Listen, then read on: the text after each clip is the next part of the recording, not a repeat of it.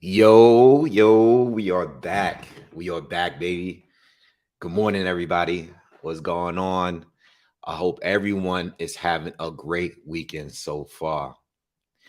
We have a lot to discuss today. All right.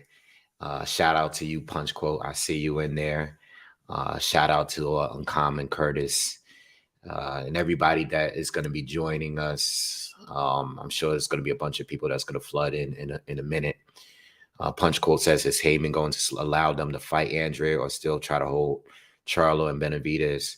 He is going to beat Plant and over for Canelo. Well, we get all into that. I'm definitely going to address that later in this video and how I feel about that move with Demetrius Andrade. Uncommon Curtis says, Wave have been stepping it up here lately. Content always been good, but you're bringing the production now. Salute. Definitely. And I actually wanted to start out with this video today talking about that and the changes that I'm beginning to do with this channel. Okay. And I'm actually been pushing it now because I want everything to be good and starting off the new year fresh and going into a different direction. All right. As you can see, I definitely changed the location. Part of the reason why I wanted to change the move was because I wanted to, upgrade the channel and the setting and everything like that. I probably could have done this in my old place, but living in Harlem and in that area, it was just so much noise. You could hear the ambulances and all the fire trucks and all that. I actually lived not too far from Harlem Hospital. So if you guys are aware with that area, I never thought of how bad the idea of living near a hospital could be if you are trying to create content and all the outside noise. It was just constant ambulances all day. It sounds like I lived on a crime scene. You know what I'm saying? But I'm working to definitely upgrading the channel in so many ways. You can see that I stepped up my thumbnail game. Like, I really did some research and I started playing around with it. And now I'm like kind of obsessed with it. And actually I can do much better thumbnails than what I'm doing now. It's just that with time, I just want to just put something up real quick, take a couple of minutes of my time to throw up a thumbnail real quick and then start the videos. You know what I'm saying? But I'm trying to upgrade everything, the sound, the look, and then the quality of the content as well. And you guys could see the title of this video here. I call it the Wave Report #1. And this is something that I've been wanting to do for a long time now, where I was going to go live and just basically break down and talk about all of the news that we've heard throughout the week, especially because I'm a little behind because this past week I've just been prioritizing breakdowns, which is the base. And what I really started the channel with is doing breakdowns and prediction videos. This is what I started my channel with. This is how I got my following, by doing breakdowns. This was before the commentary videos. This is before, just talking about gossip and all of that stuff that people are doing now. I was just a strictly prediction video channel in the very, very beginning. And then I started to branch out a lot more throughout the years. But I want the heart of my channel to be about my breakdowns. And that's why I spent the last week just doing breakdowns. I know I'm not getting a lot of views, but that's fine. Just want to catch up to doing the breakdowns. And then everything is secondary. Of course, the live commentary is a big thing on the channel. People love the live commentary. So I'm going to always be doing those as much as I can. And of course, I'm going to report news and talk about dream fights. And I'm going to do post-fight recaps. Of course, I'm going to do that. Always going to do that. But I wanted to start this Wave Report thing today because I am going to address a lot of news today that we've heard all week that I didn't speak on. And I'm going to try to do this at least once or twice a week. Shout out to Boxing Beats and Rhymes. He actually does a weekly report every week. I like the way he does it because he probably does it in a way where it's based on time, and if it's time management is very important and you want to cover a lot of things. And because I don't have as much time as some of the other channels that are out there putting out 3-4 videos a day, what I want to do is at least once a week, give you a report of everything that is going on in the world of boxing. At least once every week. If not, I really want to do it 2 or 3 times a week. If I can, I will. But I do want to do a live where I just discuss all of the boxing news all at once a week. And this will be episode number 1. Again, I've been wanting to do this for at least a year, but it's all about consistency.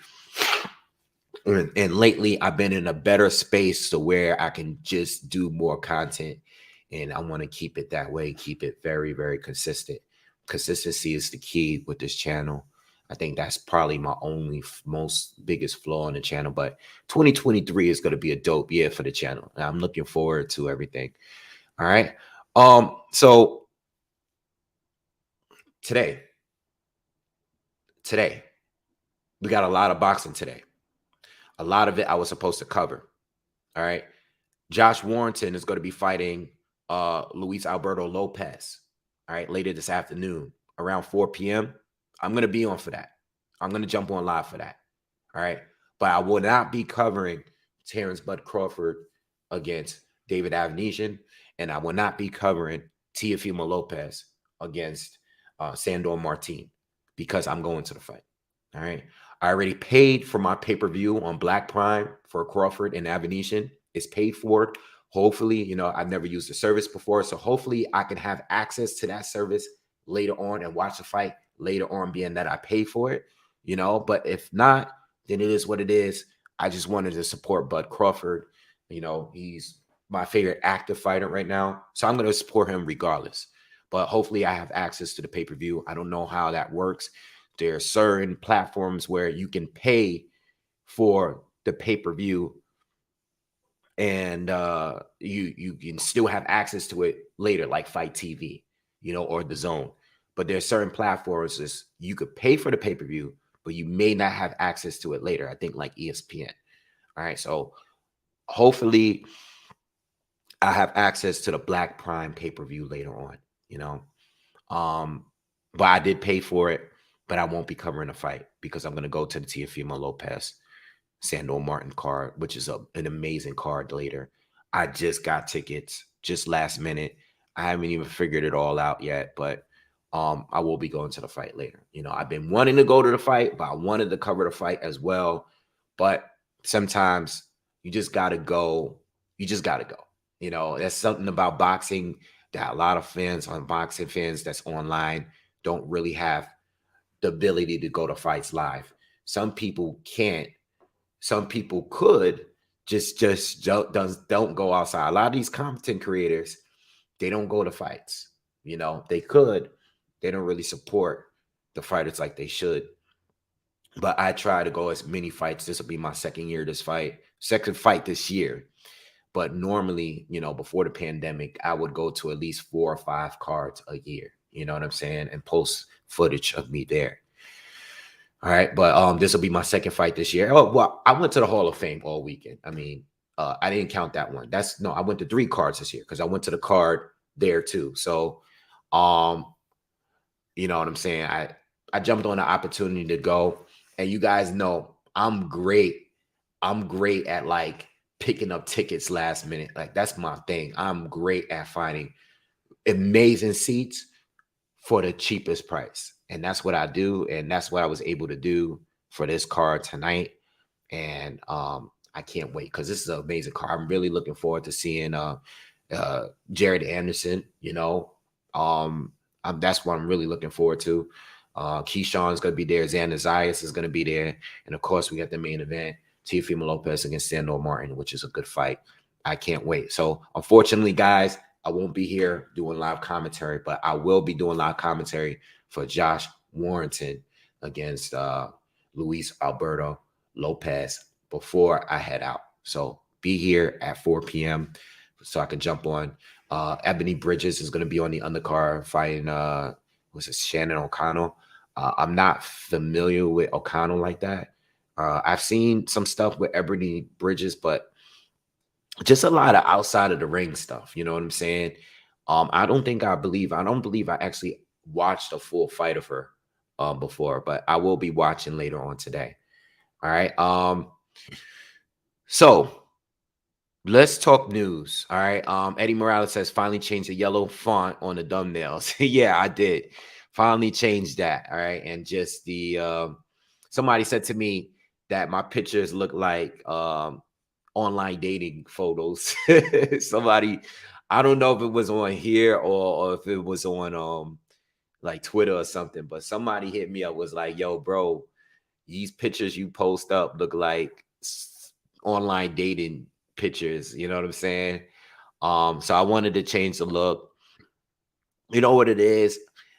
I didn't like, I always wanted to have something in my thumbnails to show that it was me, because I hate clickbaiters. You know what I'm saying? I hate when you see a thumbnail. Before I was on YouTube, and even after being on YouTube for years, I would search for certain fights. And mind you, I was not a YouTube boxing community person before I made my channel. I've never watched any YouTuber ever before I became a YouTuber. It wasn't until I made YouTube videos before, like, I started watching a few other channels here and there. I used to get so annoyed when I would click on a video thinking that I'm trying to watch a full fight, and you'll see somebody just random sitting there like myself and just talking. Like, bro, it's clickbait. You know what I'm saying? They will have a picture of the two fighters, a clip of the two fighters in the ring, and you thinking that you're clicking on it, and then you see some guy sitting there talking. So I've always tried to find something to put in the thumbnails, and then I just started putting pictures of myself. I was like, hey, if you clicked on me, it's like Dave Chappelle.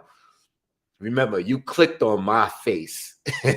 You know what I'm saying? Like, Dave Chappelle is my favorite comedian, so it's like he said it in his joke. He's like, remember, you clicked on my face. And I feel like if you clicked on my face, you know what you're getting. You know, I'm not tricking you into anything. You know, this is me talking. You're going to watch me talk.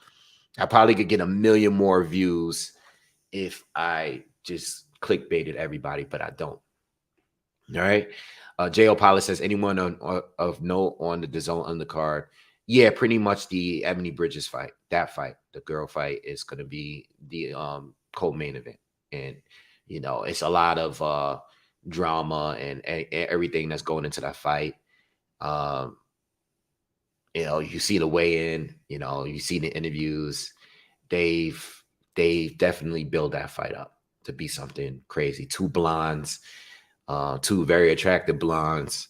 They're going to go to war later, and it should be a fun fight. I think those are the only two fights they're showing. I think I have not been watching a World Cup fight games like that. Only here and there, but not full games. You know, I've just peeked my eye, and I don't watch the sport that much, to be honest. A lot of people are coming in and asking me. I haven't been watching it like that, unfortunately. I'm just too busy with everything else. But I haven't been watching much of any sport. And I love a lot of other sports, but I've just been really just focused on boxing on my free time. Eddie says, so many people hating on Keyshawn because he and Bud are bros. Well, look, this is the thing. Keyshawn goes hard for Bud. That's what he does.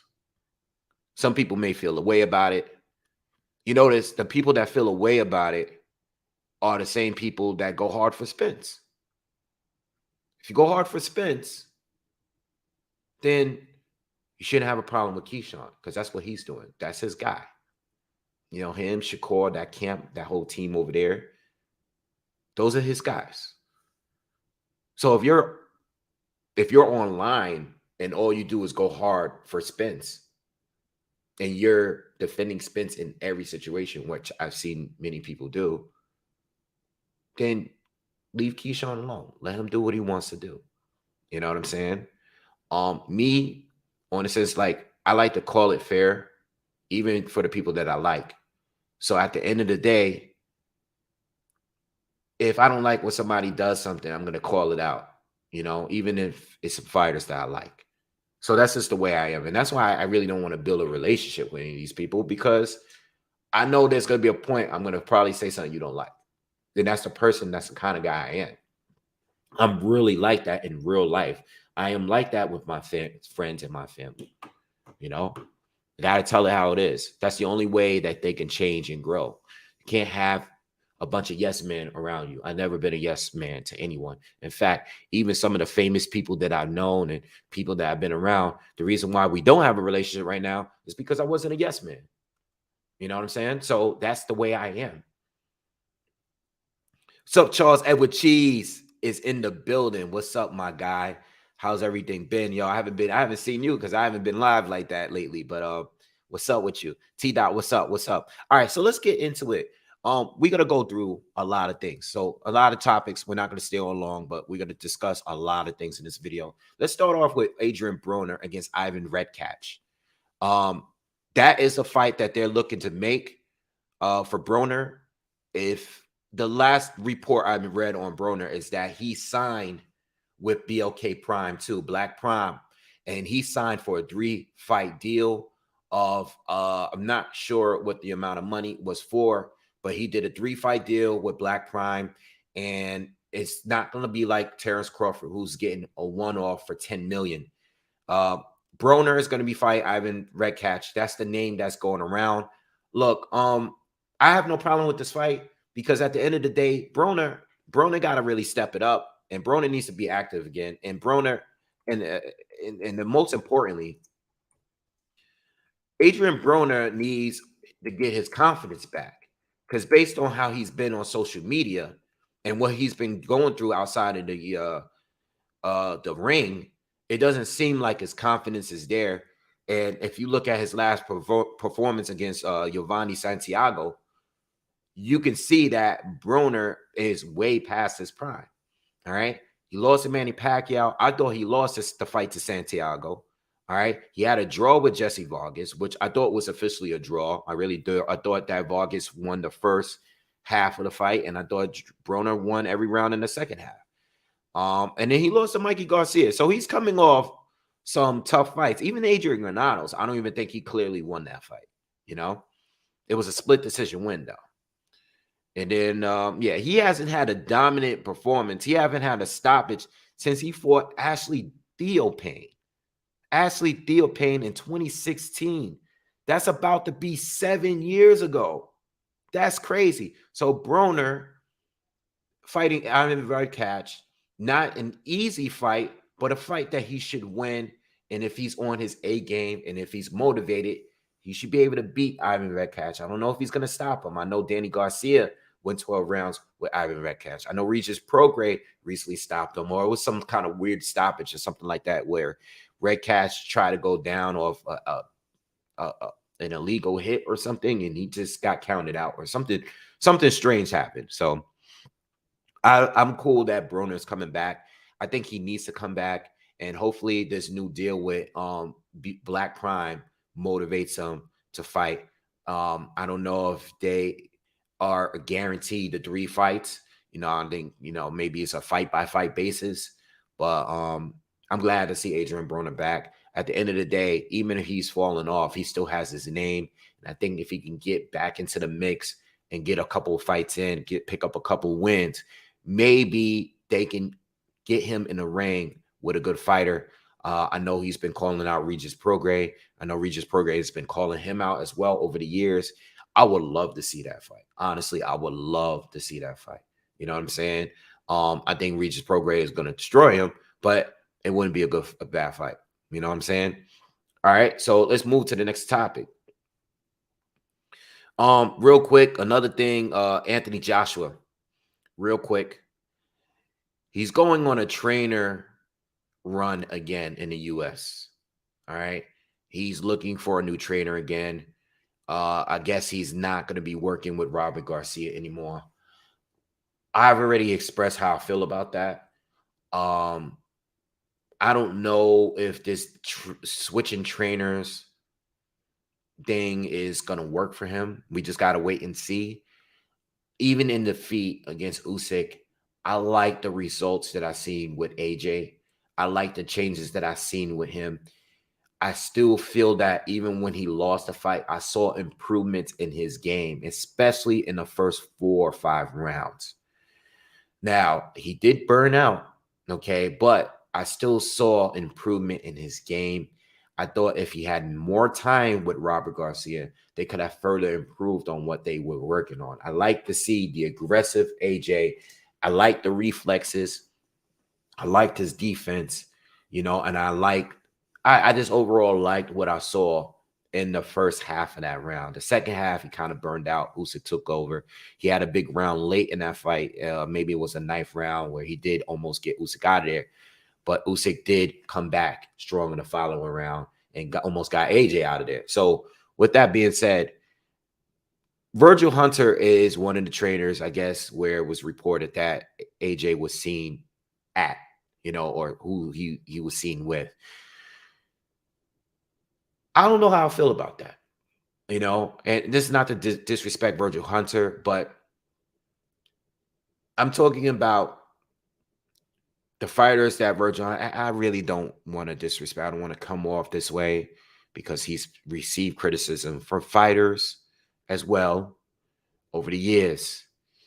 There's a lot of fighters that Virgil Hunter camp outside of Andre Ward, who is naturally a gifted special fighter. And I'm not saying that Virgil didn't have any influence on that. But outside of Andre Ward, there's not too many fighters that had that much success once they joined Virgil. That's all I'm saying. All right. It's not a knock on him. I'm just calling it as it is. He has a lot of fighters that he's been with over the years. Not too much success there, So, and I'm not talking about throughout their whole career. Guys like Andre Berto, guys like Amir Khan, guys like who else he's with? There's so many different names. I can't think of the guy I have in my head in my net right now. Can't think of. It's a lot of fighters. I've seen a lot of fighters. I've seen more fighters taking losses with Virgil. So I'm not quite sure if that's the right combination for AJ, at least right now. And another thing with Virgil, he's always seemed to be more of a defensive approach. I don't know if that's what AJ needs right now, because AJ's already been he's kind of defensive minded already. I think I like the Robert Garcia. I like that move. I like what I saw in that fight. I just wanted to see Angulo all around strong. Good luck.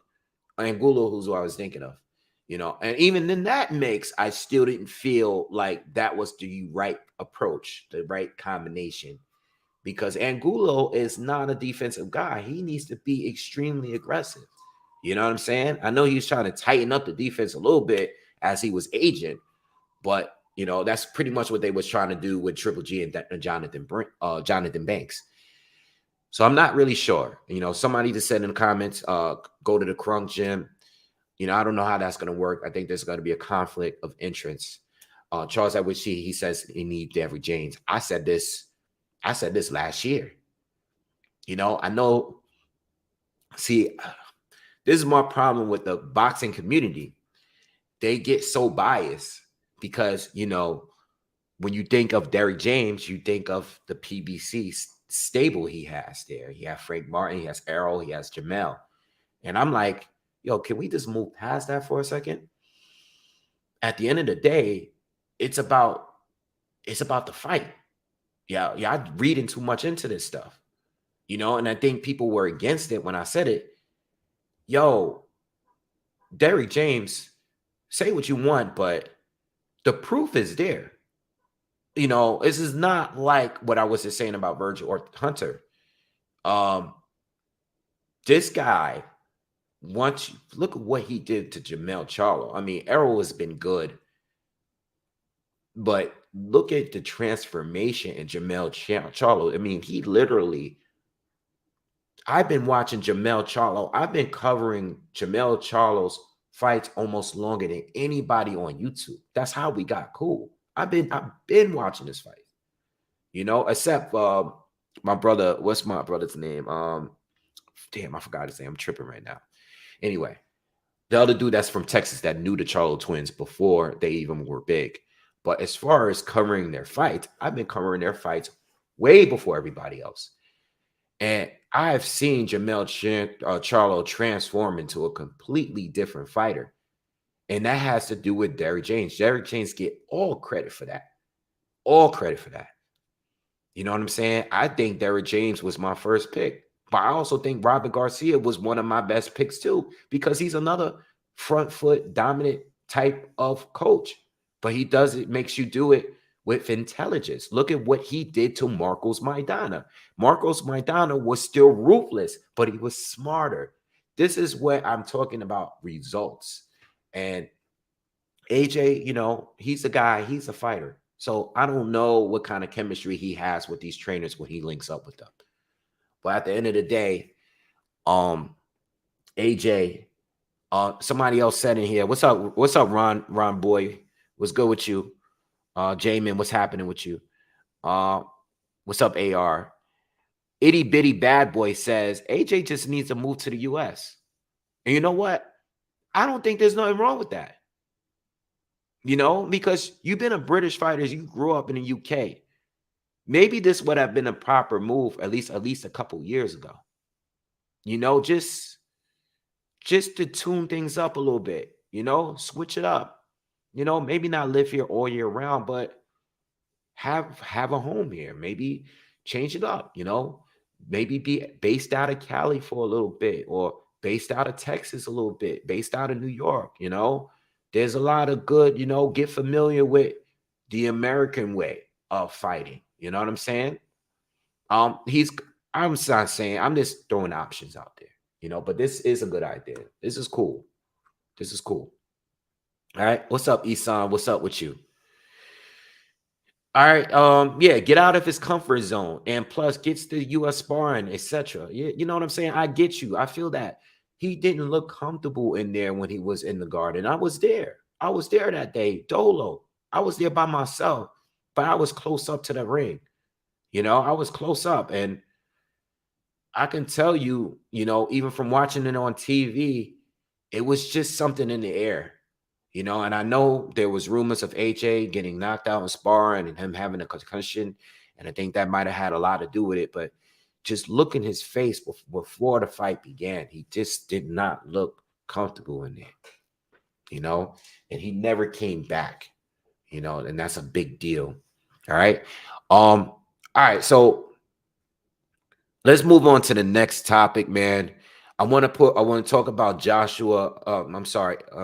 Bivol real quick. All right. Bivol, before fighting Canelo, they're looking to make a fight with Joshua Buatsi or Callum Smith. Those are both good fights. These are fights that's come up before. I believe Callum Smith might already be mandatory for, no, he is the mandatory for one of Better BS belts. So listen, if Bivol, I already told you how I feel about Bivol at the end of the day. I want Bivol to fight Better BS. I think that is the priority. That should be the priority even before fighting Canelo again in a rematch. But they're talking a lot about Canelo rematch. We know that Canelo wants a rematch. Canelo's going to have to fight someone in May, and we don't know the opponent yet. Probably going to be John Ryder. But he's looking to have his rematch, his second shot against Dimitri Bivol. If that's true, if that's what we're going to get, then Bivol is probably going to have another fight before then. And Buatsi and Smith are both good fights. Buatsi's a little bit less proven, but he's a high-ranked fighter. And then you got Callum Smith, who is a lot more proven. You know what I'm saying? Just that, listen, Smith just lost to Canelo a few fights ago. I'm not saying that that's not a good enough reason to to not fight him, you know. But what I'm saying is, you know, if Bivol is to fight Smith, it would at least eliminate the mandatory that Better BF has. And if they don't, I don't know, I guess if Bivol and Canelo doesn't work it out, maybe they can go right into the fall fighting each other if Better BF beats.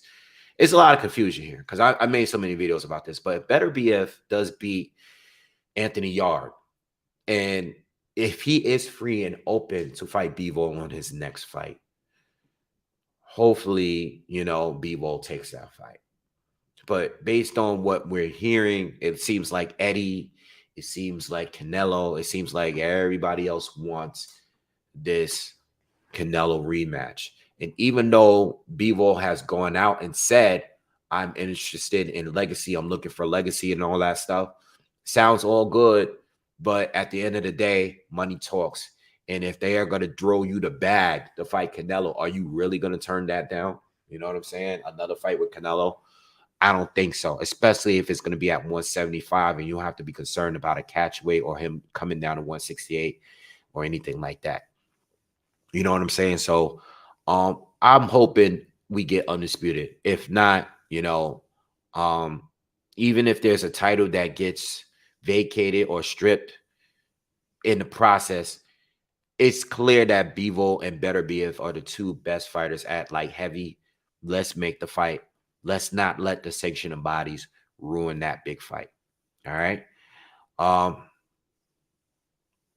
Expensive Cheese Media says AJ is coming off a bit unstable and unsure of himself. Yeah, he has. And he has throughout his career, you know. But what I like about AJ is his honesty, you know. He's a guy that to many people, they don't like him because he tries to say the right things in interviews.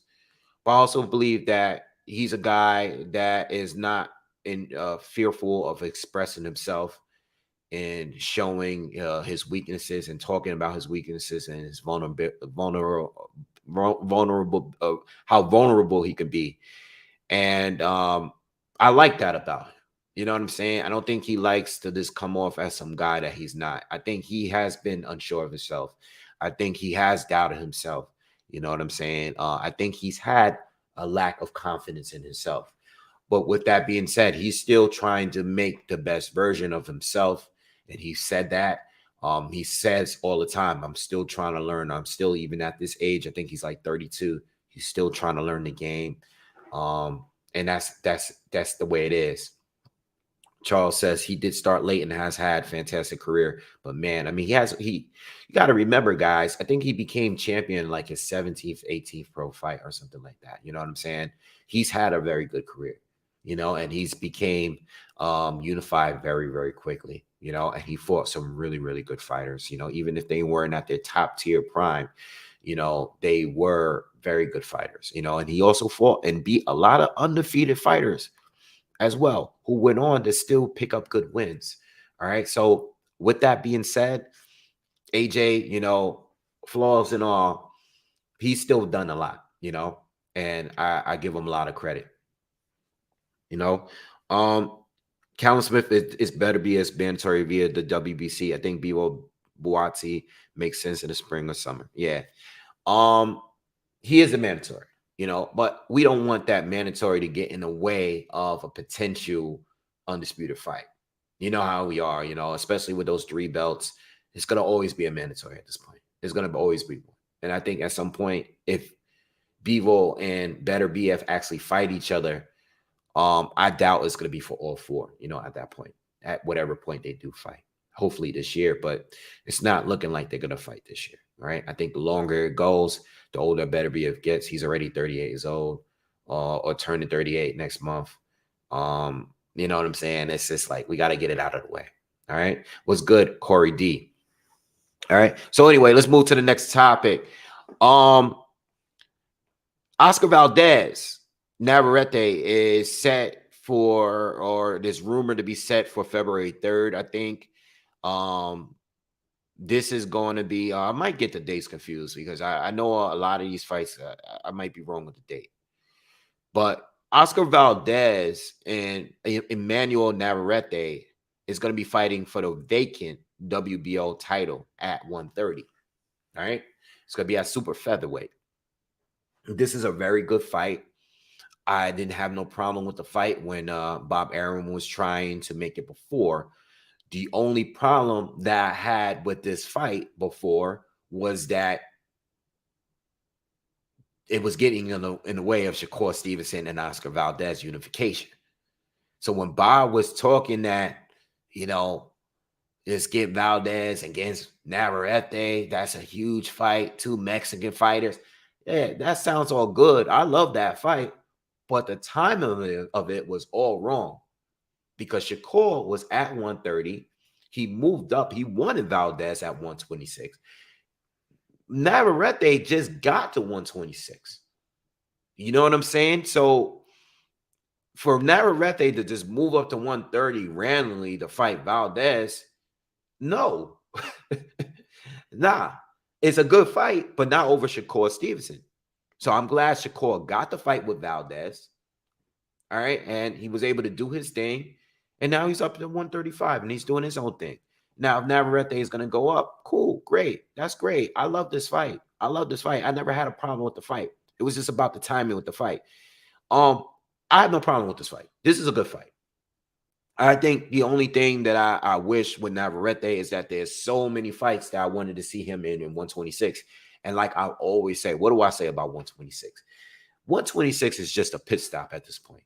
You know, like ain't nobody really trying to get it on at 126. So nobody's trying to really unify 126. I've been saying this for years. This division is just a safe, it's just a pit stop, you know, just stopping by on the way up to 130, you know. And sometimes I feel the same way about 130. You know, lightweight is really where it's at. Lightweight is really where it's at. Like all roads in those, you know, from 122 or even 126 and up, all roads lead to 135 at the end of the day, you know, because that's the division where the names are. And it's been that way for years, you know. So I feel like 126 is just a stepping stone. We recently saw it with Shakur Stevenson and the guys that's been there, like Gary Russell. These guys don't unify down there, you know. And I know Gary tried to make a fight with Leo Santa Cruz, but, you know, that just goes to show that even with being in the same network or being the same promoter or you know, whatever, doesn't always mean that you're going to get the fights that you want. You know, same thing with 168, you know, with Benavidez and Plant. And, you know, they're talking about it being in February or a March date. But, you know, still, I mean, that fight should have been happened. You know, if we're being honest, that should have been happened. You know, same thing with Charlo. What's going on with Charlo? You know, I'll talk about that shortly. But you know, yeah. But yeah, I love the fight. I'm not sure where I'm going with it.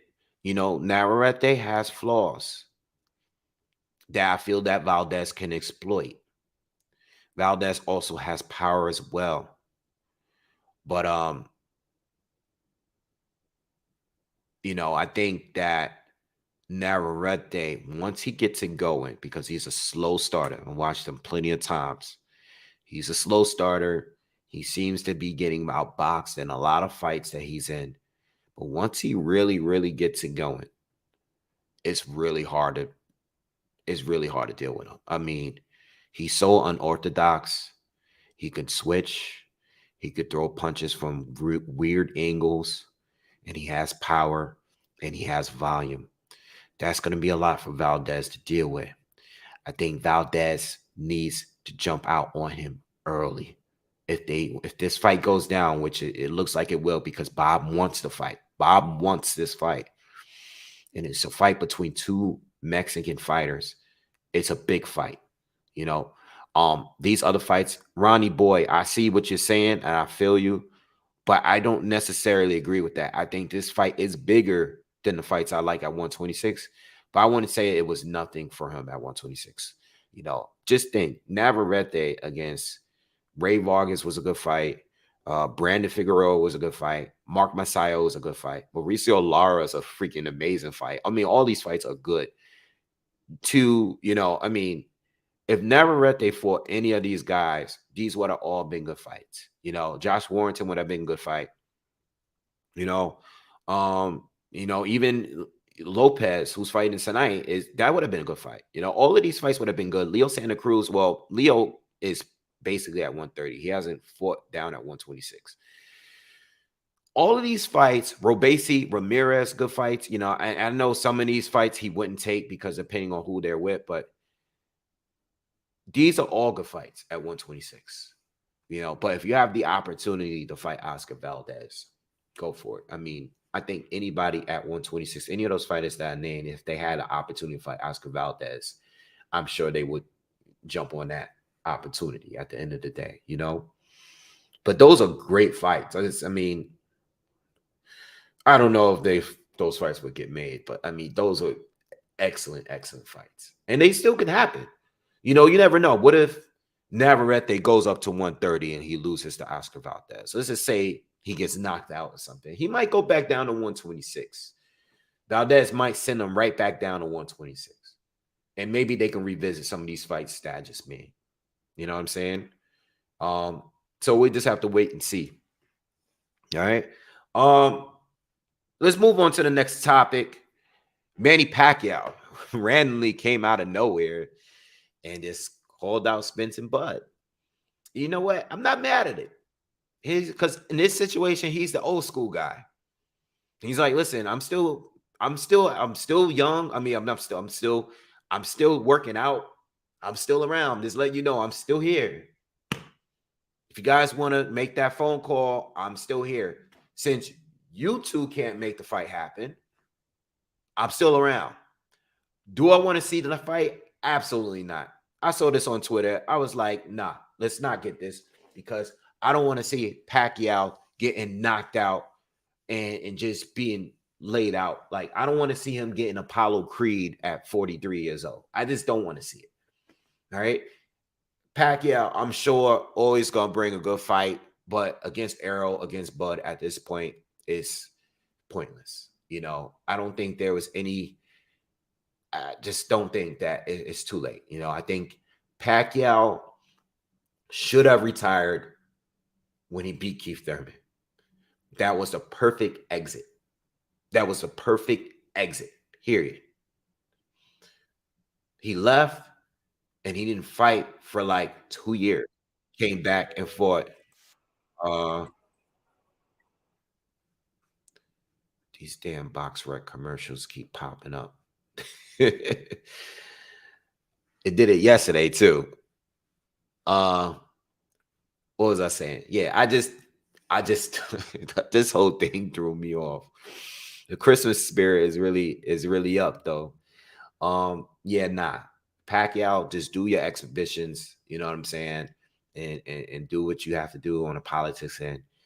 You don't need to get in there with Errol and Bud right now. It's too late, you know. You had your opportunities.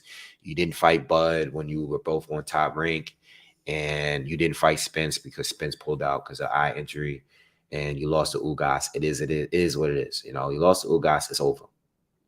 You know, to stay and do the exhibition. Listen, the exhibition bag is a bag right now. You know, the exhibition game is dope. So, you stay into that. There's plenty of fights that could still be made. Just do that, you know, and that's how I feel about that. You're a legend. You have nothing else to prove. You know, I know you love to fight. I know you probably looking at these guys like, yo, I can make a lot of money. Even if I do lose, I still can make a lot of money. I get it, but you don't want to get hurt. You know, it's not going to be worth it if you get hurt. I don't want to see him getting knocked out this late. All these older fighters, I don't want to really see them. Floyd, none of them. I don't want to see any of them in any of these exhibition type guys. I don't want them see them coming back to fight anybody. I don't even want to see Andre Ward come back. I don't. You know, Andre Ward, who could have clearly come back, easily come back and fought someone. I don't even want to see him come back, and he's younger. You know what I'm saying? So I'm good. Just stay retired. If you're retired, just stay retired at this point. I know guys came back and did great things. George Foreman, went out a fight, didn't have a fight for like 10 years or something. Came back, won a world champion. But nah, I'm good. Charles says, Wave, what we drinking? I can't tell you that because I'm not drinking anything right now. I probably should have made some coffee before I made this video. But if you guys are just coming in, and let me just, before we get to the next topic, I will not be covering the Terrence Crawford fight later. I said this in the beginning of the video. No Terrence Crawford, no Teofimo Lopez, because I'm going to the Teofimo Lopez fight. I was able to pick up some very, very last minute tickets this morning. Great, amazing seats. I will be at the fight later. So I'm not going to cover the fights, but I will be covering Josh Warrington right before I head out. So, you know what I'm saying? I won't be here, but I will be having a drink later today at the fight because that's what I do. I love going to the fights, eating French fries or whatever, busting down a burger, and I will be having a drink at the fight later on the floor. I got great floor seats for them for a freaking discount. So I really did good, and I'll be at the fight later. Charles says, I really shocked Ward left the Canelo bag on the table. Yeah, I thought he was itching to do it, but he didn't, and, I mean, when it comes to those fights, I wanted to see it, but I just don't want to hear no excuses. If Ward had lost the fight, I don't want to hear anything about, he wasn't the same. He was past it, and I just didn't want to hear any excuses if he did lose. If he won, then it would have been a great win. It would have been an even greater win than the other wins he has. But, it is what it is. But the only reason why I did want it a little bit is because Ward kept talking about him. So I felt, I'm like, yo, if you're going to keep talking about him, you might as well come back and fight him. Because I think Ward can beat Canelo, or Ward in his prime would beat Canelo. But that's just me talking. Like, if you're not going to get in the ring and actually do it, then I don't want to keep talking about it. Charles says, say what you want. That dude Crusher took something out of Ward. He might have, because he got close, and that fear of losing was almost there. He almost lost the fight. I think he lost the fight. I'm talking about the first fight. I think he lost the fight. And I think that he should have had the Stevenson fight, but maybe, maybe it did have something on him. I don't know. Maybe he's like, you know what? Maybe it's time for me to get out the game, because he came so close to losing, regardless of what the judges said, I think Kovalev won, and I don't like Kovalev as a person. Like, I think he's a great boxer. But I'm a huge Andre Ward fan. I mean, he's probably in my top 20 of all time favorite fighters. But Ward didn't win that fight. And I scored it 7-5. And he got knocked down on top of that. Not only did I think that Ward lost more rounds, but he also got knocked down. And even some of the rounds that gave the Ward, I felt like they were swing rounds, That's just my opinion. I gotta go, and this is why I was saying about people not liking. Like, I'm always gonna tell you how it is. I love a fighter, but if I don't think you won the fight, I'm gonna say it. That's just the way it is. I'm not gonna kiss your ass. I might love you to death, but it is what it is. I'm gonna call it as I see it. All right, so let's move on to the next topic. All right. Boom, boom, boom. Where are we at? All right. So Jamel Charlo and Crawford. I wanted to talk about this. I was going to make a separate video talking about this, and I still might. Crawford has verbally been picking on Jamel Charlo. He's been very vocal about fighting Charlo. For whatever reason, he's is before this year, but even now recently, he's like, listen, if I can't get Spence going, I want to get the Charlo fight. Like I want to step on him. I just want to. He's just been very disrespectful. I mean, he's even gone as far as saying like you are a step down from Spence. It's just Crawford has been very reckless talking to Jamel Charlo. Now, normally I ignore stuff like this, but I've been watching and listening to the reactions of people, and I'm pretty surprised at what I've been hearing from people. There are of course going to be people that say Bud needs to just focus on Spence. And I feel that, I get that. That's cool. But I'm actually surprised at the reaction of people that just think that Crawford can just walk over Charlo. Now, those are both of my guys. Charlo's my guy. For real. And and Bud is my favorite fighter. But I do not think that in 1 second that Bud can just walk over Charlo. Like, he's tripping if he thinks that this is the way you're talking about Charlo. If Charlo were to fight Bud or to fight Spence right now, Charlo would be their most dangerous opponent by far, especially at 154. Like, what are we doing? Now, do I think Bud is a better fighter than Jamel Charlo? Is a better boxer than Jamel Charlo? Absolutely. He's a better boxer. If it's going to go 12 rounds, I think Bud outboxes him. Okay? I think he could outbox him. I think Bud could hurt Charlo. But Charlo has a great chin. And he's been buzzed. But he hasn't really gotten knocked down. I think I might not got knocked down once in a fight. I don't know if it was an official knockdown. I can't remember which fight it was, but I know it was a while back before Derrick James. With that being said, Charlo is high risk because he is a KO artist. He knocked out Everson Lubin with 1 punch in the first round. Brian Castaño is tough for Errol and Bud. Charlo knocked him out. These guys on Charlo's resume, Tony Harrison, very, very good boxer. Say what you want, but in Tony phase, let me look up Jamel Charlo. I just don't like if you feel Bud wins, fine. I don't like the way Bud is making it seem like Charlo is just some walk in the park. Bud gets hit.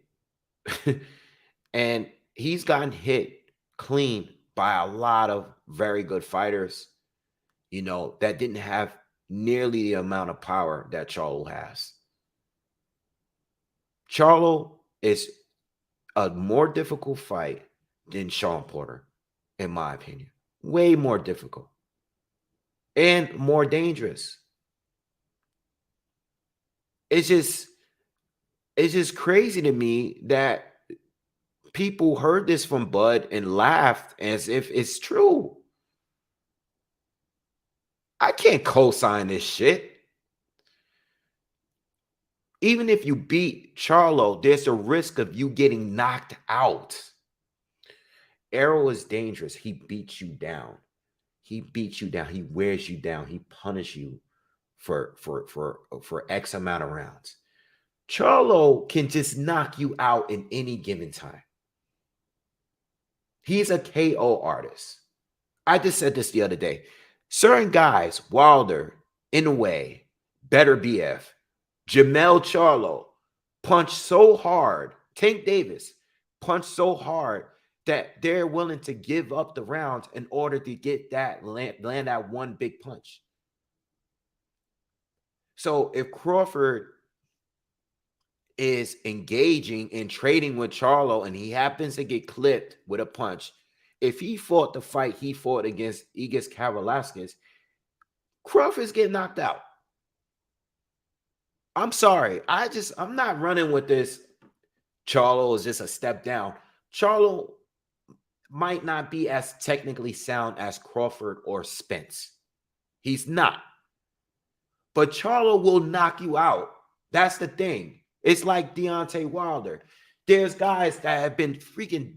Gerald Washington was up 4 rounds fighting Wilder, and then he gets knocked out.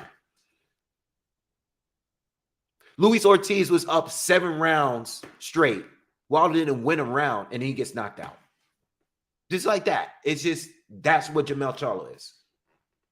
And Bud is not like no Floyd Mayweather when it comes to defense. He's good at defending. He has good defense. But Jamel Charlo is extremely high risk. Let's not just make it seem like this is just an easy fight, an easier fight. It's not. It's a different fight. Let me say that. It's not an easier fight. It's a different type of fight than a Spence fight. Spence brings more dangers. You know, you got to worry about the volume of Spence, you know, the pressure of Spence, the jab of Spence, the body punching of Spence. Spence is just relentless. Charlo is a different kind of fighter. He's dangerous because of his power. He boxes well too, but he can't outbox Bud. He can't outbox. Let's be real. He can't outbox him. He doesn't have the IQ Bud has. He doesn't. I'm not going to even gas it. But my man, this guy can knock you out, bro. I love the fight. I want the Spence fight more. But if they can't work it out, I love the Charlo fight too. But don't think that Charlo is just like some walk in the park. Charlo's way better than anybody on Bud's resume. He's more dangerous than all of those guys. You know, Porter, good fighter, great fighter. Kell Brook was a great fighter. You know, Igis Kavalaskas, highly underrated, good fighter. You know, some of those guys are good. Even the guys before that, 140, Victor Postal, very good boxer. Okay, Gamboa was a beast. All right, all of these guys, good fighters. Charlo will knock you out if you're not careful. That's what the point I'm trying to make. I was a little concerned about the Igis Kavalaskas fight. I'm not going to lie. I think out of all of the fights, only because I knew that guy had like real power. You know, I knew he had real power. I was a little concerned about Bud catching one, and he did catch one in that 3rd round. Charlo, I would be highly concerned and worried about Bud in that fight because Bud gets caught up in these exchanges sometimes, and he might get clipped. That's all I'm saying. I thought it was just a little bit, it was getting a little too crazy what I was seeing on the internet. That's my opinion. All right. Apollo says Crawford sees Jamel weakness, and I'm sure he does. Just know with that weakness, there's weaknesses in your game as well, as good as you are. And that guy hits a lot harder than the guys that you've been in there with. Just my opinion. Charles says, your man been bugging, bro. Corey D says, I don't think Bud like Charlo. People think it's bad blood with him and Spence, but he actually likes Spence. He doesn't trash talk Spence for real. He's actually respectful towards him when they ask. They both are. That's why I don't know why people be tripping so much, because Spence has sat down and said that Bud is in his pound for pound. You know what I'm saying? These guys have a lot of respect. I mean, if these guys are just going to this war with negotiations and they're still casually speaking to each other on the phone throughout the process, that's the thing that bugged me out about all of this. This whole war that everybody's having online, you know, the fans are at each other's throats, but apparently the fighters aren't. If Bud is like, yo, I just called him, man. I called this guy. This guy is telling me he got a freaking, a fire stick. And these guys have talked about in the past, like beating each other in basketball. These guys are cool with each other. That's why I don't be tripping like that, man. Like, I made my videos, but I'm not going hard like some of the other channels. I mean, there's some other channels out there that haven't made a video that wasn't about Errol and Bud for like 2 months straight. I don't be tripping like that. But yeah, I agree with you, Corey. I think he really doesn't like Charlo at all. But at the end of the day, it doesn't matter because I don't think any of these guys have to be friends. I don't care about these fighters not being friends. I'm cool with that. Paulo says Jamel is not a pound for pound fighter. All right, disagree with you. Next comment. Tony smoked Charlo. Come on now. Did he really? Did he smoke him? I was there that night. I think the first fight, you could make an argument that Tony won, Charlo won. It is what it is. It was a very close fight. I don't think he smoked him. I think smoked is a little too extra. But Tony got stopped in the last fight. I don't know what you're talking about, bro. I mean, even if you think Tony was winning rounds, the way you're talking, it sounds like you really have something against Charlo right now. It is what it is. I'm just saying it from what I'm seeing it. Bud has faced way better opponents than Charlo. What did I say? Oh, wait. Oh, you're disagreeing with what I said. Who's better than Charlo? Who's better than Charlo on Bud's resume right now? Who's better than Charlo on Bud's resume? At the time that Bud fought these fighters, at the time they fought, if Charlo fought Bud right now, today, at 154, being the undisputed champ, what fighter is on Bud's resume that's better than that? Let me know in the comments. Bud was buzzed by Gamboa. I know. Yeah. BS says, I'm with Charlo on this one. That's my whole point. And I'm not even saying that Bud loses the fight. What I'm trying to say is that, are we just going to make it seem like Charlo is just a nobody? Because of, you know what I'm saying? Like, what are we talking about? How did we get here? I don't know. Bad News says Bud would lay Charlo out. And I have no problems with you saying that. But my point really is, I'm not looking at this like, I guess I'm just not feeling the talk of you're just a step down from Spence. I think there's a different danger with Jamel Charlo if they were to fight. And even though I think Bud picks them apart as the fight goes on, I feel that there's always the danger of getting clipped. Because Bud do like to get into these little exchanges where kind of leaves himself open to get countered. If he gets countered with a big shot, a clean shot with Charlo, he can end up getting hurt or knocked out. If you could pick one, Bud versus Charlo or Bud versus EJ, I'd pick Bud versus EJ. I want that fight more than any other fight right now. Still. But that's not the point I was trying to make. The point I was trying to make is that Charlo, if it's not Spence, I would love for Charlo and Bud to fight. If it's not that, I would love that fight. 30 Red, thank you for the donation, by the way. What fighter is better than Porter on Charlo resume? Let's see.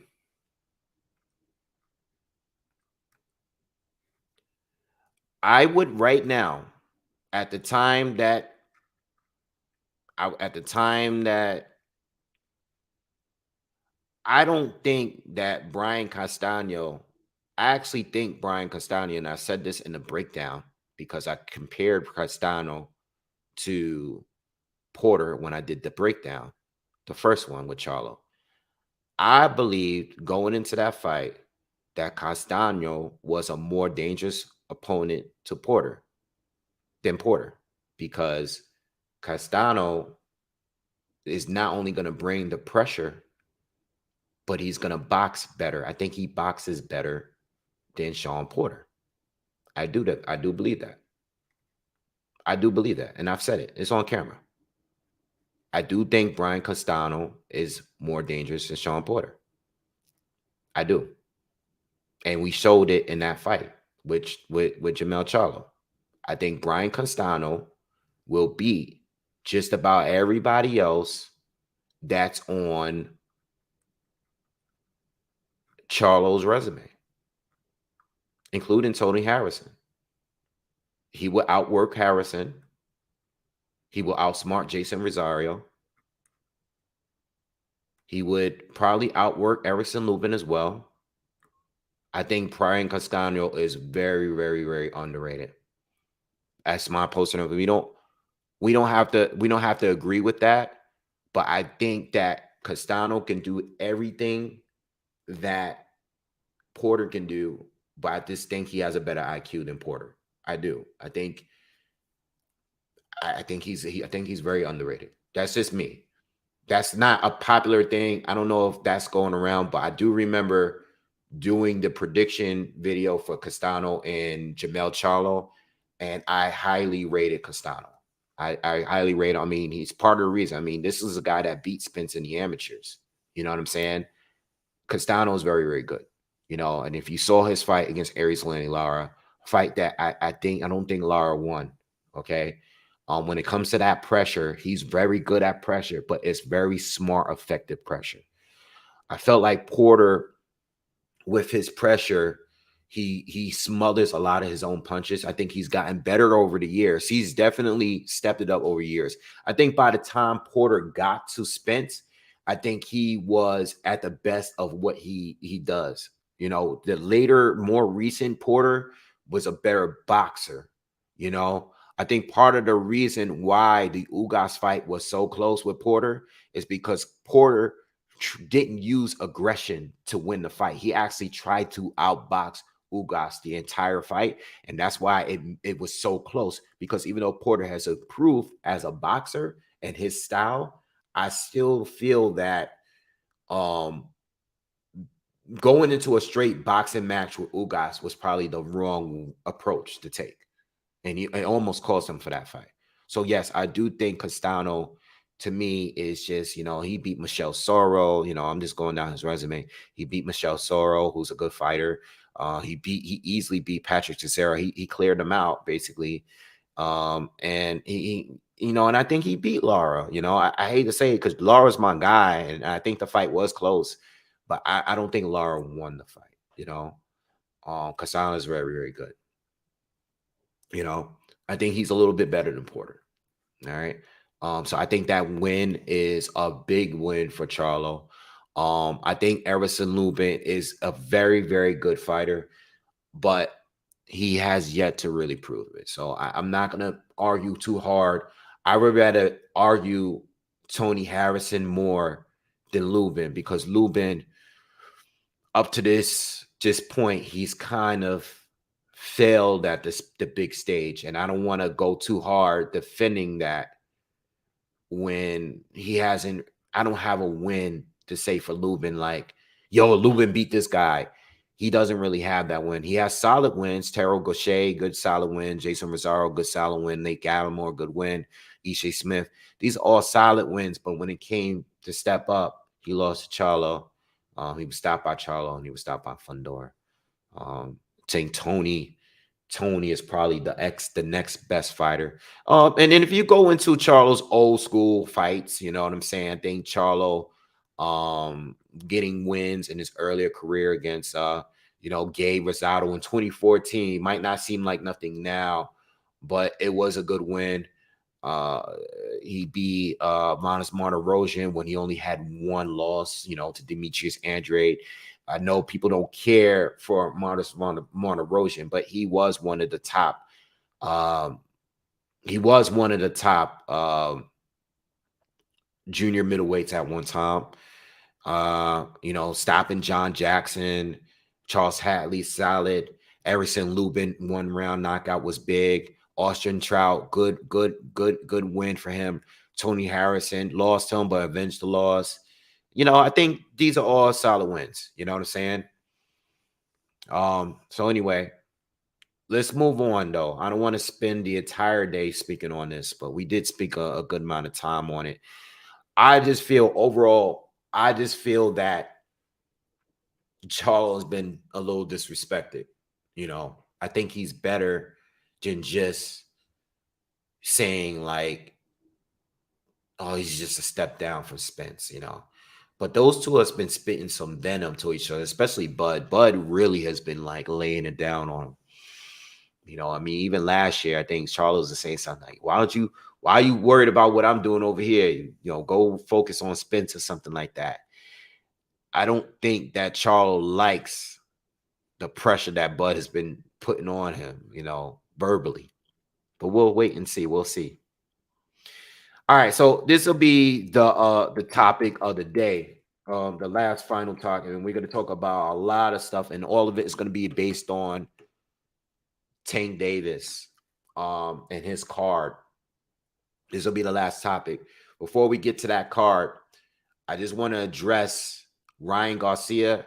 He's supposed to be. They're saying that Mercito Gesta is going to be his next opponent, a potential opponent for him. Gesta has been in there with, let me see who he's been in there with. Because I did check his box rec earlier, and I checked out some of the Jorge Linares fight. That's what I saw. All right. He's been in there with Jorge Linares. He's a solid fighter, 33 wins, 17 knockouts. He's been in there with guys. His last win was against Joel Diaz Jr., who I haven't even seen fight since he lost to Regis Prograis. The reason why I'm thinking they picked this guy is because he's a shorter guy that's a southpaw, and they just want to keep it southpaws all the way up into Tank. So I think it's a smart fight. It's definitely a tune-up. But, at the end of the day, I think all of the Ryan Garcia fights since Luke Campbell's are tune-ups.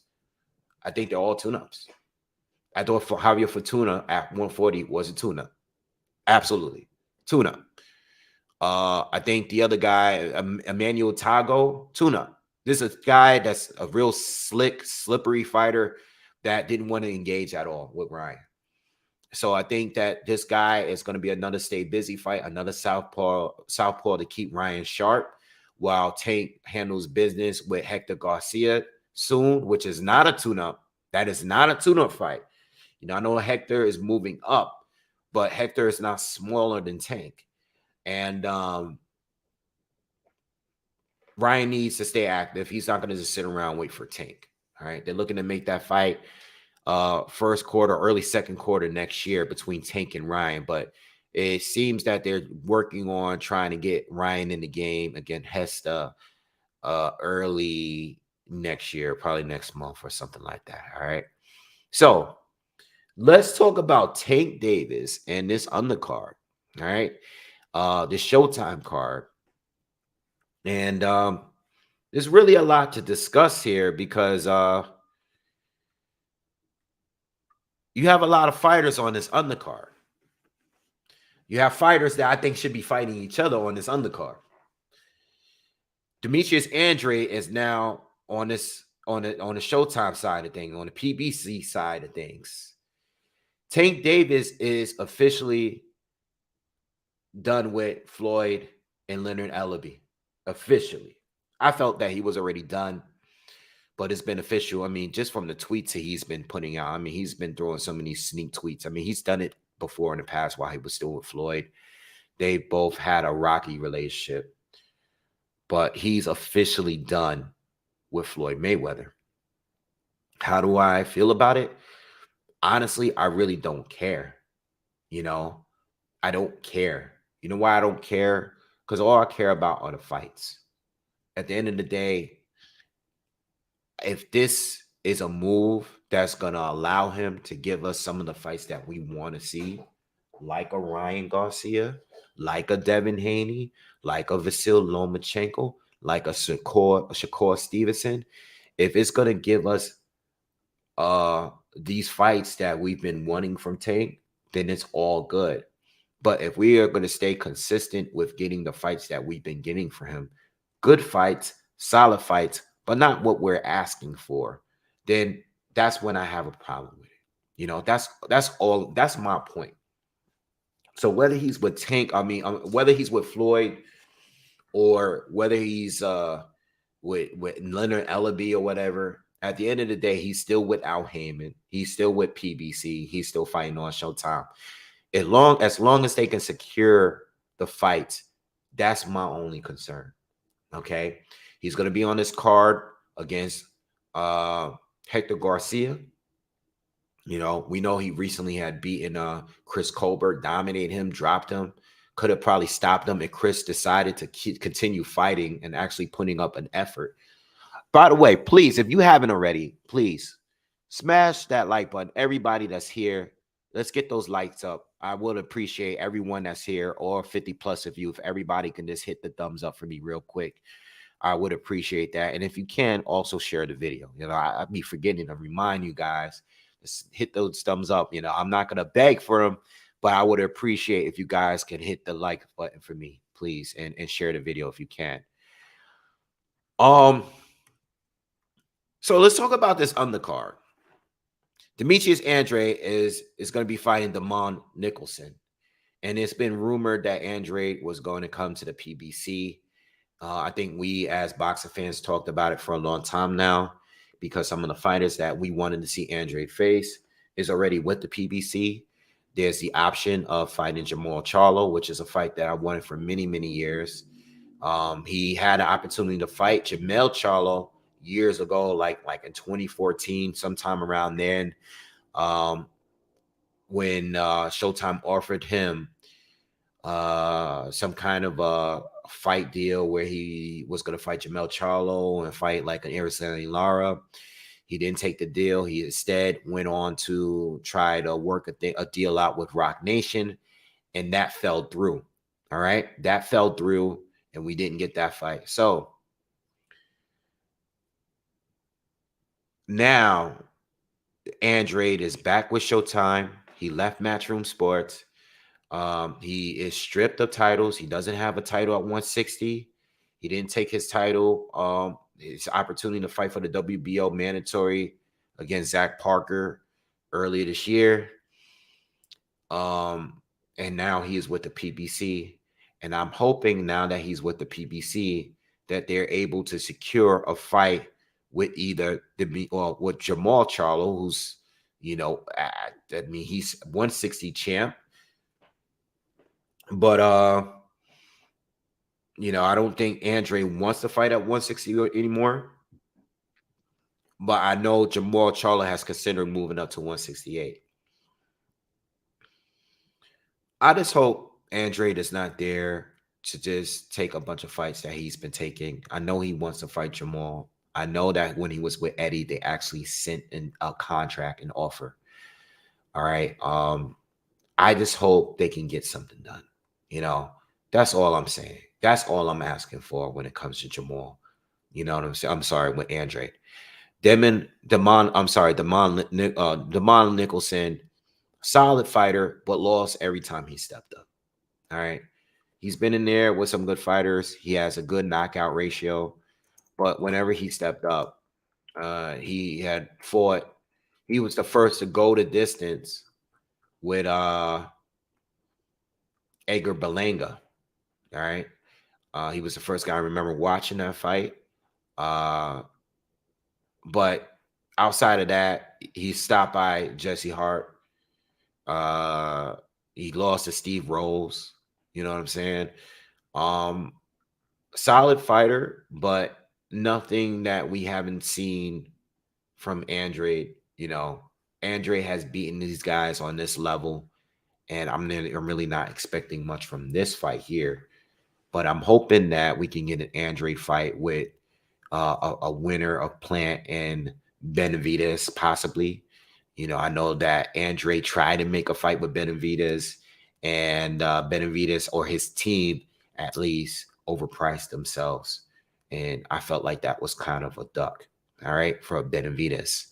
Plant, he's getting the fight with Benavidez. He got the fight with Canelo. He got the big bag with him. So it is what it is. But I'm hoping that if it's not Charlo, if it's not Charlo, I'm hoping it's the winner of Plant and Benavidez. And if it's the winner of one of those two, I just hope some way, somehow, some way that they can find a way to put Andrade in the ring with one of these guys at this point. I just think it's gone too long at this point. And, Andrade being with the PBC now, he couldn't get none of these fights with Eddie. I think Eddie really tried. But now that he's there, hopefully we can get something happening, something to happen at this point. All right. What's up, Andrew Smith? What's good with you? Paulo says, I'm confused with Boo. Like, you want to fight Charlo, but gave up your belt, and that was a ticket to fight Charlo. And that's an excellent point. Like, he really screwed up. I think sometimes these fighters get so caught up in what they're upset about. And Andrade, of all people, should know. Because if you know Andrade and you know his history, you would know that Andrade has been stripped of a title before because of inactivity. What's up, Young Hollywood? What's good with you? He's been stripped before because of inactivity at 154. So you go to 160. You have a title, you're defending it, you're staying active.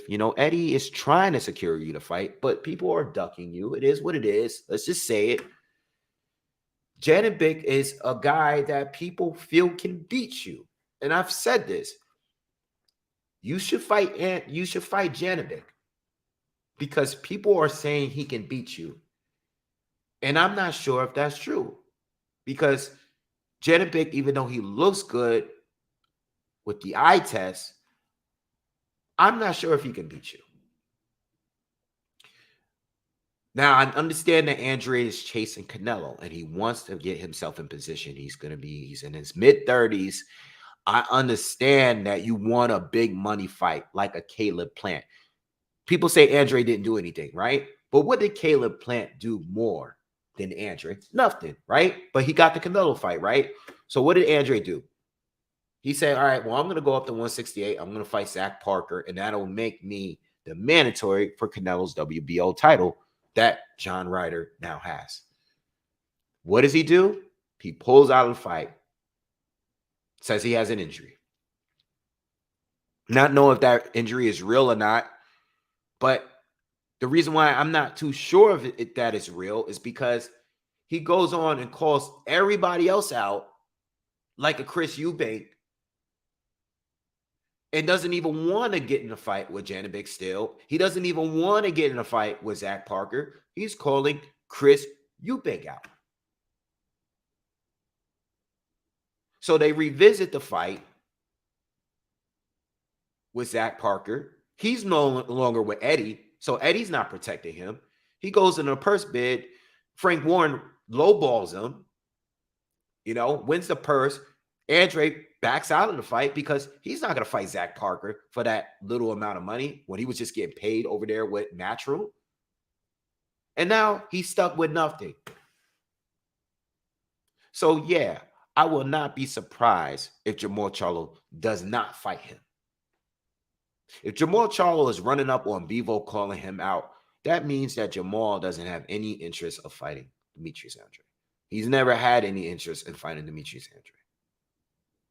So, no, I don't think realistically, I can sit here and tell you what I hope for. What I hope for is a Jermall Charlo fight. What I hope for is the winner of Benavidez or Plant fight. But what I believe is going to happen is that I don't think that Andrade, even with being a PBC fighter, fights any of those guys because he doesn't have a title and he's not in position for those guys to fight him. He's not going to be anybody's mandatory. He has to be somebody's mandatory. And that's what I'm worried about. You have nothing to offer these guys. You're giving them more reason. Listen, we know you've been ducked. Don't give fighters a reason to duck you.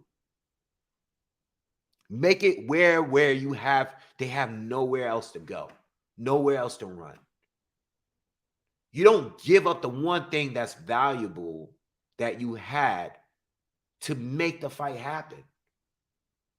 It could have been a unification match. Now it's just Jamal defending his title. Jamal has already been offered money to fight you, and he swerved it, probably because of politics. But now you don't even have that title. So now what are we going to do?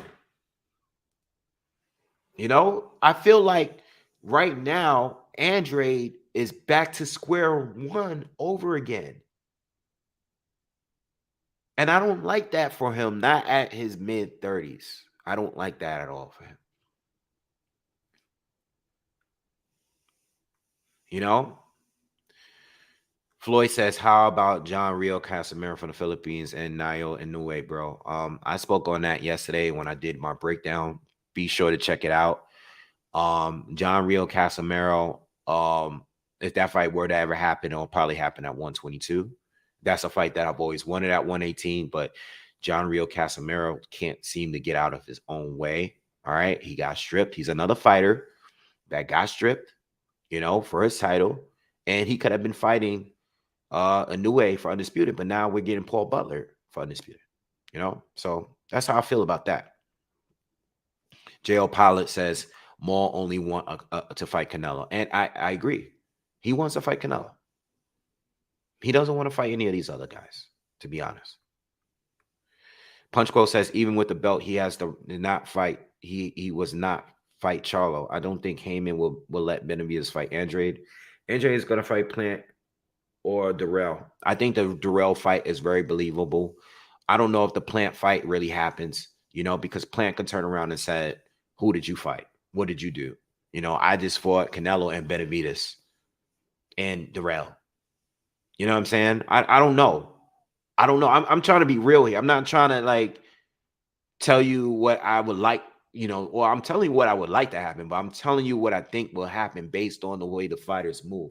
Maybe Plant fights him, you know, but I'm telling you guys right now that Andrade without a belt, Andrade with a belt, people didn't fight him at 154, at 160.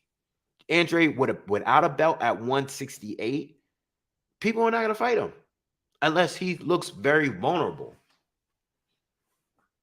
If he looks beatable in this Nicholson fight, then maybe he'll get a fight. If Nicholson can catch him with a good shot and hurt him like the way he buzz him, like the way this guy said, Liam, what's his name? What's the guy? Is it Liam Williams? It is Liam Williams. I'm tripping. I'm thinking Williams in my head, but I'm like, I don't think that's his name. I know it's Liam, but I always confuse him with Liam Smith.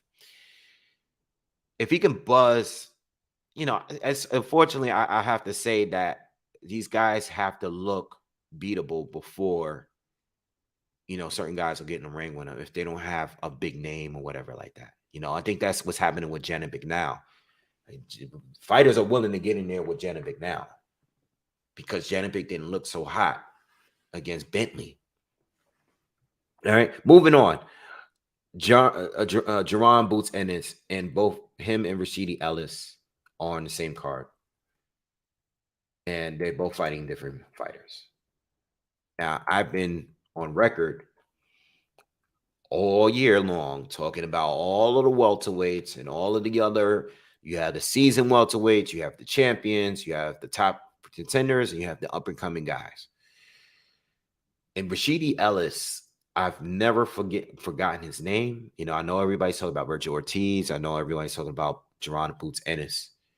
Rashidi Ellis is a name that has come up over and over again when it came to fighting Virgil Ortiz, when he was over there on Golden Boy, and when he's fighting, and when it comes to fighting Jerron Ennis, you know, Staniotis, you know, Conor Ben, all of these names, I will never forget Rashidi Ellis' name, even though he was inactive, Even though no one was talking about him, I kept bringing him up. I even posted a picture of him on my Instagram account. I have never left Ellis out there. But, Ellis and Boots are both fighting unknown opponents. I'm not even going to try to say the name of Boots' opponent. I don't know why this happens. It's like you're going to have these two that should probably be fighting each other. Are we building up a fight with those two? Them two being on the undercard, so maybe they can fight next? I don't know, because at the end of the day, Boots is already a mandatory. The prospect talk is done. Ortiz, Ennis, Stanionis, Ellis, these guys are right there. They're due for a title shot. If they're fighting on the same night, they should be fighting each other. Let's not even talk about like all those other guys that they're fighting. I'm not even bringing their names up. Ellis and Boots are on the same card and they're not fighting each other. I saw the press conference the other day and they're standing side by side to each other. And I'm saying to myself, oh, I would love to see this fight. If Boots is not fighting Stanionis or if he's not fighting Virgil Ortiz, this is the only other fight that I want to hear. Because Ellis is there. Like Ellis got a win over Alexis Rocha or Eddie Gomez. He should be, and he's older than these other guys. He's 29 years old. What are we doing? Golden Boy wasted a lot of years. There's no reason why Ellis and Virgil Ortiz shouldn't have fought. Ellis, they weren't doing anything with Ellis. And now that he's not there, you got to have them on the same card as Boots and they're not fighting each other? These two would be their best opponent to date. And you're not going to let them fight each other? Like, come on, man. Boots just beat a guy that he only fought once this whole year. And Ellis is just getting back in the mix. The one thing, I mean, I don't know. Maybe, I don't know. Are they just trying to get them active? And I'm thinking that, this is what I'm thinking. I'm thinking that they're building the two of them to fight each other. But to at least allow them, and this is just wishful thinking, let them get one fight in with each other or with other guys just to tune up, and maybe they get them to fight each other. That's what I'm hoping. So if it happens next, great. Hoping. But if Boots wins this fight, which he should, he's going to be the IBF mandatory.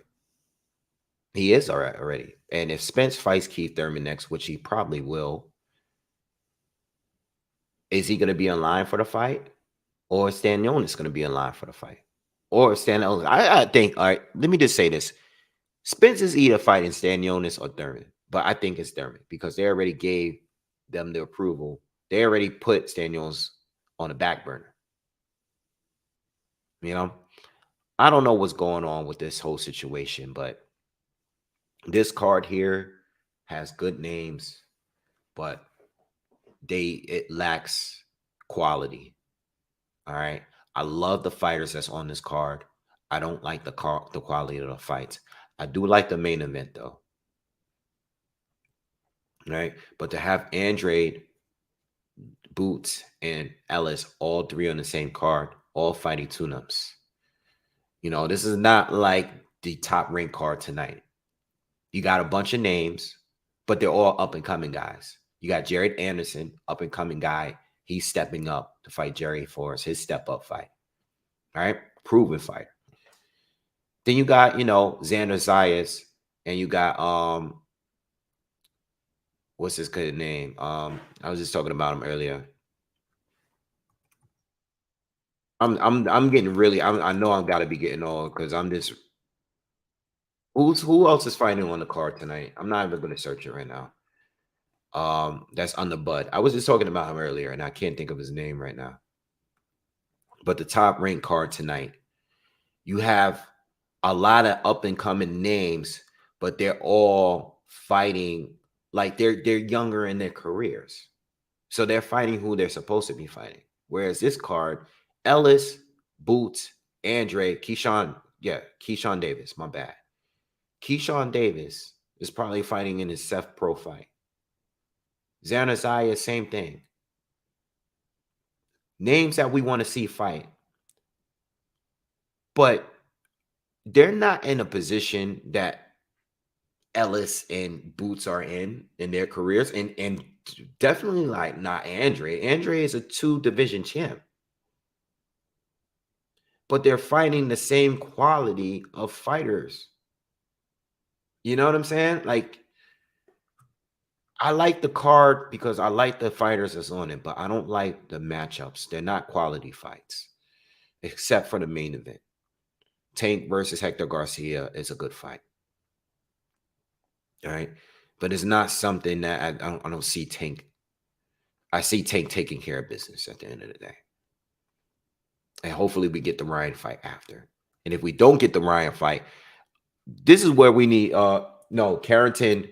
Yeah, Carrington and Tucker won't be fighting because Tucker got an injury. Yeah. I was actually looking forward to that too. Just want to say, as boxing fans, if Tank and Ryan does not happen for whatever reason, if that fight falls through, us boxing fans need to stay on top of that pressure and getting Tank in there with Shakur. You know, I wanted to make a video last week about this because I saw everybody making content about Tank and